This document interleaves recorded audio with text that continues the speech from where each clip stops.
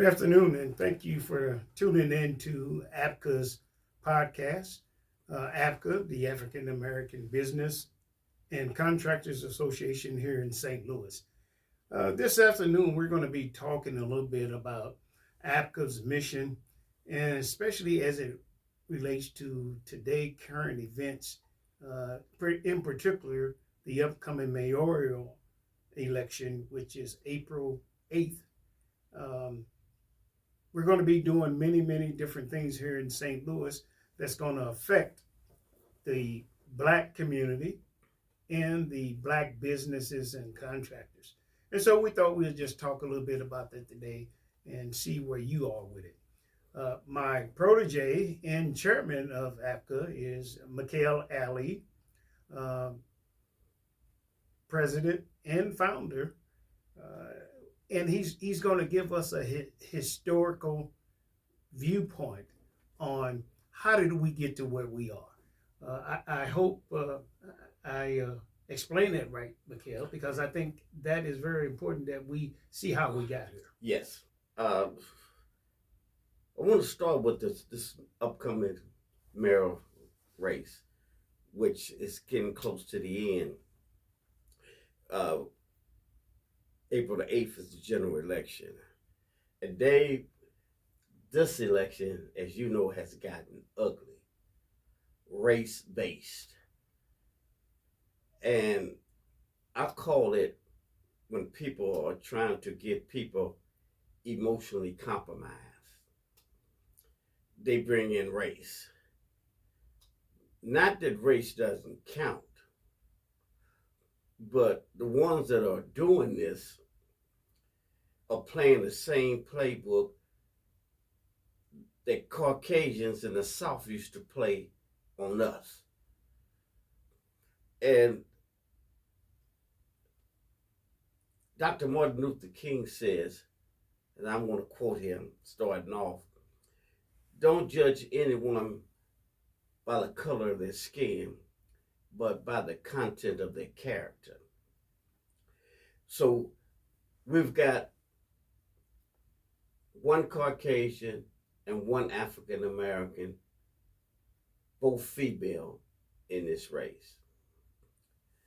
The African American female is the one who's harping on race.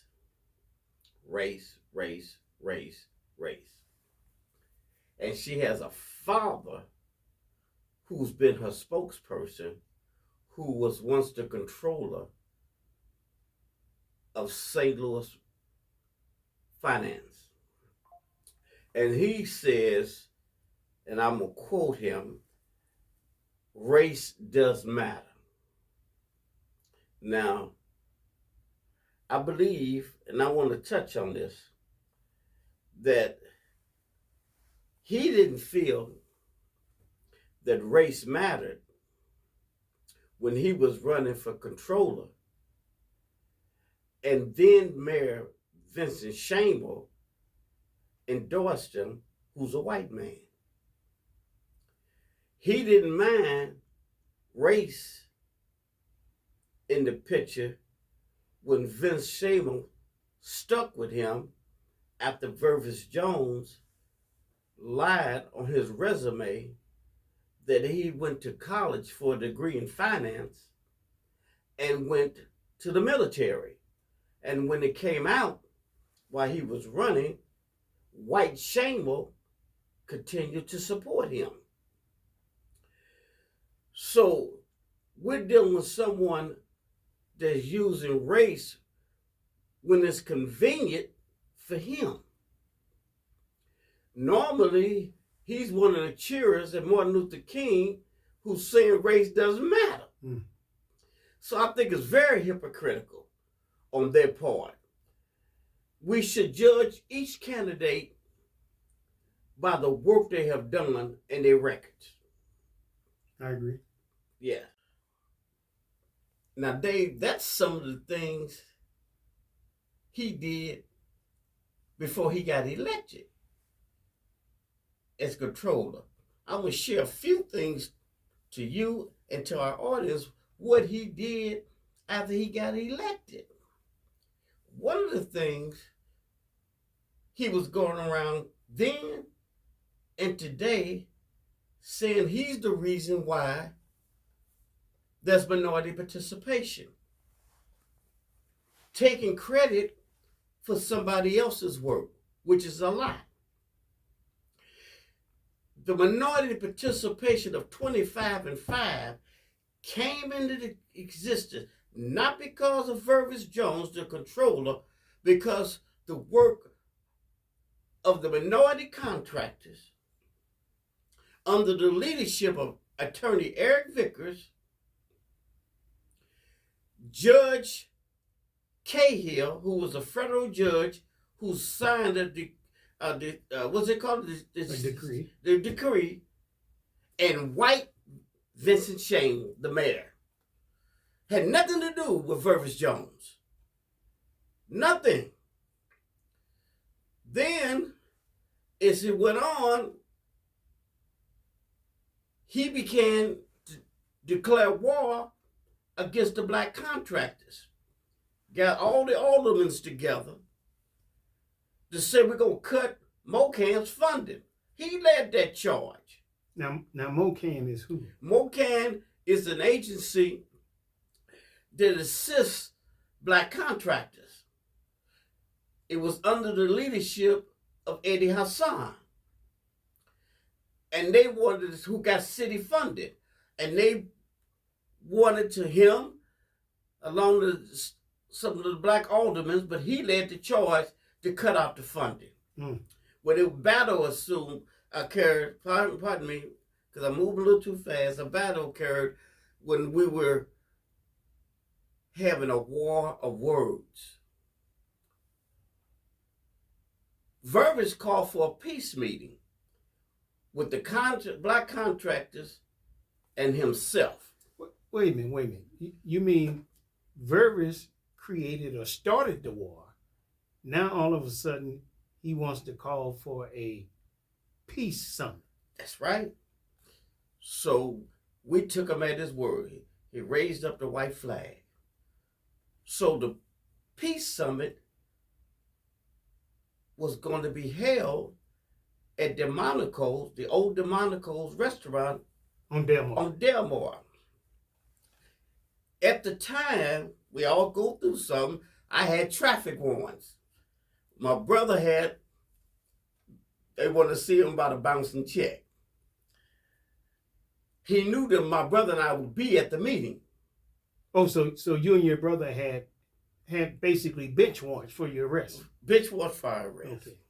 He knew we would want the basic movers and the shaker behind the organization, and would always be verbal toward Vervis bullcrap, as we call it. So we got on a Saturday morning, it was loaded with contractors looking to make peace with this guy.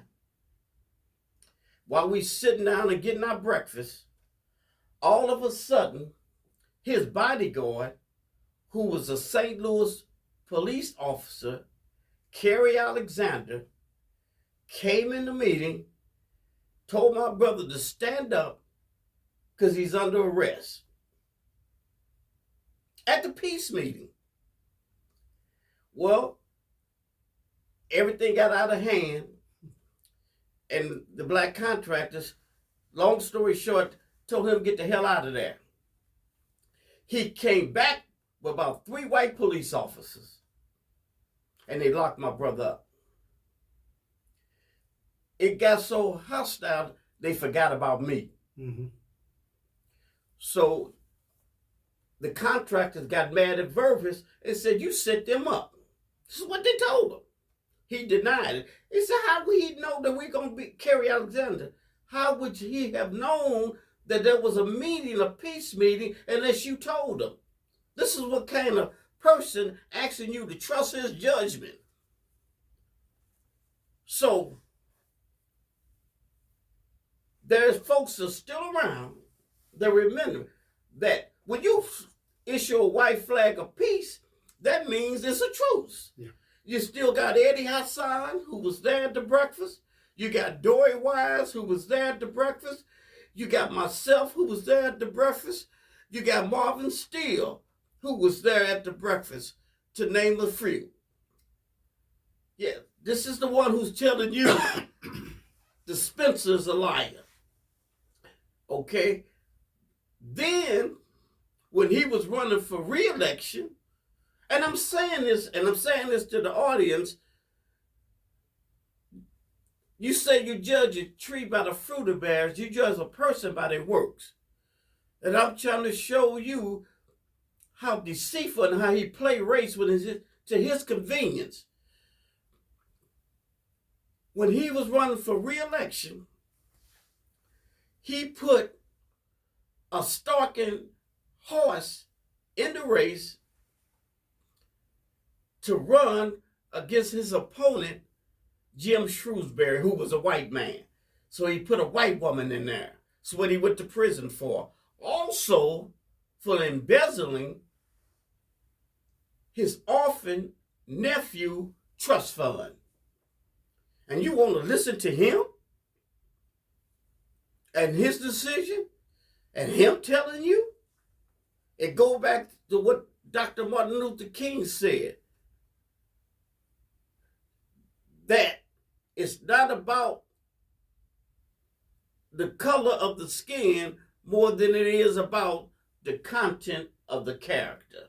And based upon his actions after he was elected and the things that he was doing, having your brother arrested, telling the powers that be where he was to be arrested, it almost begs the difference that all skin folk ain't kinfolk.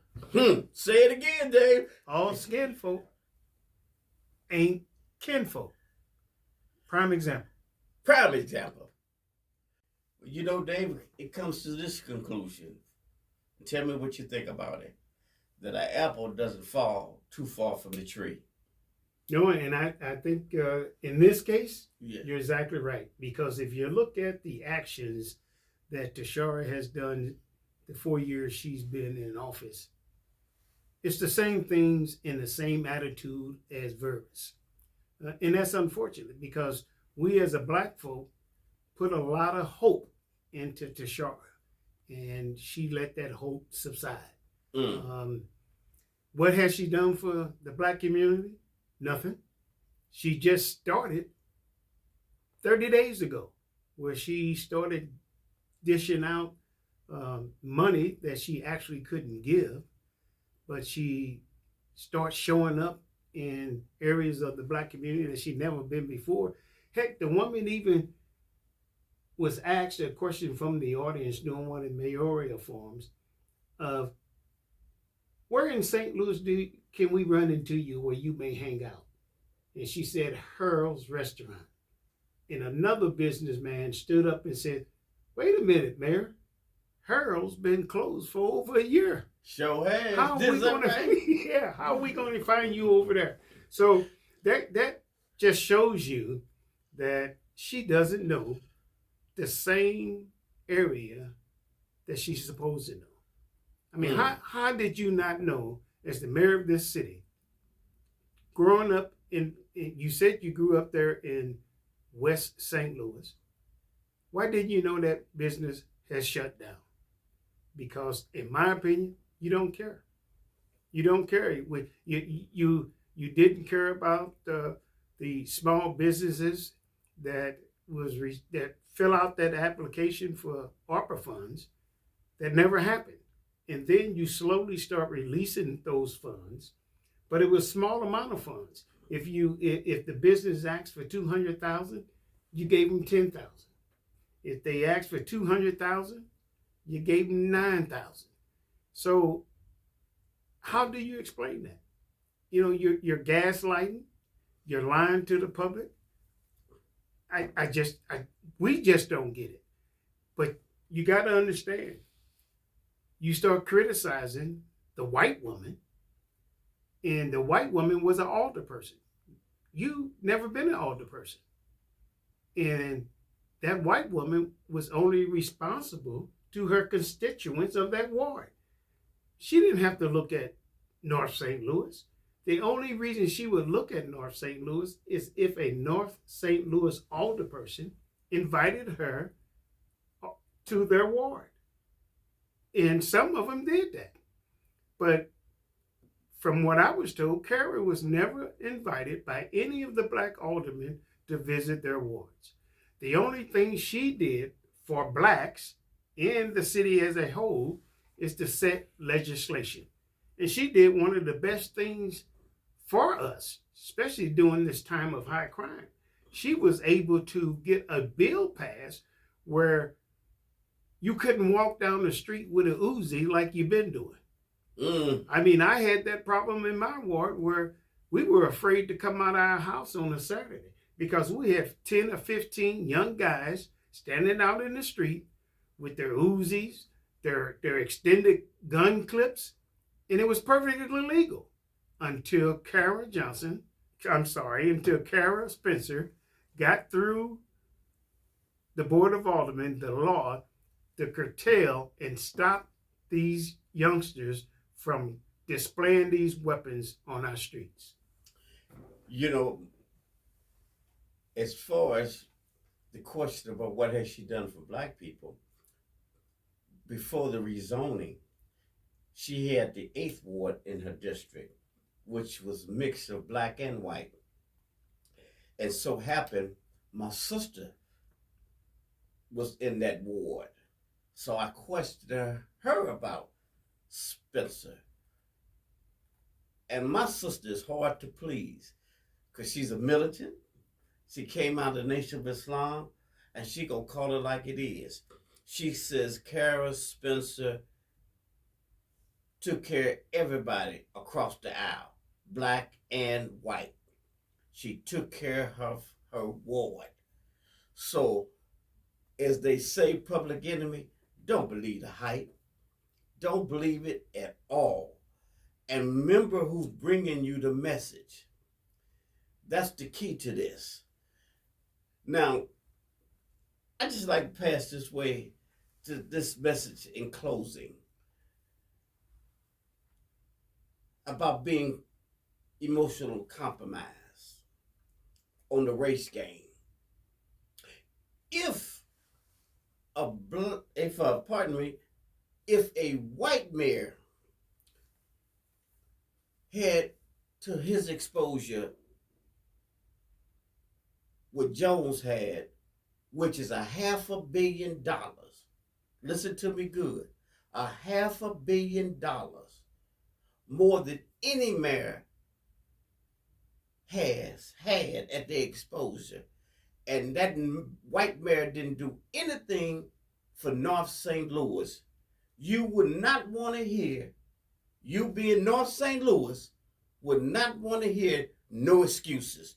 That's why no developing was done in North St. Louis. And I'm talking about more than just the streets and the snow removal. You wouldn't tolerate it. But yet, you want to make excuses for this black mayor because she's black and female. All type of excuses is why she doesn't develop in the community, especially with her own kind. That's being emotionally compromised. That's what somebody play. She's black and she's female. Nobody is stopping her from releasing those funds to create some black developers, some black GCs, and get some of that ARCA money and the Rams money. No excuses necessary. You wouldn't tolerate it out of a white mayor. So why are we going to give somebody a second chance when they ain't do right by us in the first chance? And if I remember you telling me, Dave, and I'm going to end it with this, the young lady that was her personal director or something? Yes, Sonia Gray, who's the personnel director. You didn't give Sonia Gray a second chance. Tishaura Jones, you fired her. Another black woman. Another black woman. You fired her and didn't give her a second chance. So why should we give you a second chance when you in control of this much money, got folks up in City Hall scared to say a word, and you're running it like one of those plantation boss that ran the plantation for the white man. That's being emotional compromise. In the words of some folks, they say, you're fired. And that's the way it should be. So, good people, use your common sense and don't move off of emotional. One that's not doing right by you, whether they black or white, you got to treat them the same way. It doesn't matter if you got mugged by a white person or a black person. You're going to be upset with the mugger. If you've been mistreated by a black person or a white politician, treat them the same way. And with that, we're going to end it, and you sleep on that. Dave, anything you need to say in closing? Well, all I like to pass on is remember to get out and vote next Tuesday. Yes. April the 8th. Yes. And, it kind of reminds me that, if you go all the way back to when we first began this conversation about being hypocritical and pointing fingers and making it a race issue, this white woman has to be given an opportunity to talk about our hopes, and she's doing that. It is important that we vote for those who have our interests at heart. I think one of our U.S. congressmen said the same thing about permanent interest. I think that is so important in this race, is who has your best interests at heart. You can look at what has happened in the past, and you look toward the future, and that's what we're asking you to do. AABCA says, look for the future. Yes, and we're not judging anyone. We're measuring their works. Thank you very much, and we look forward to seeing you at the ballot box.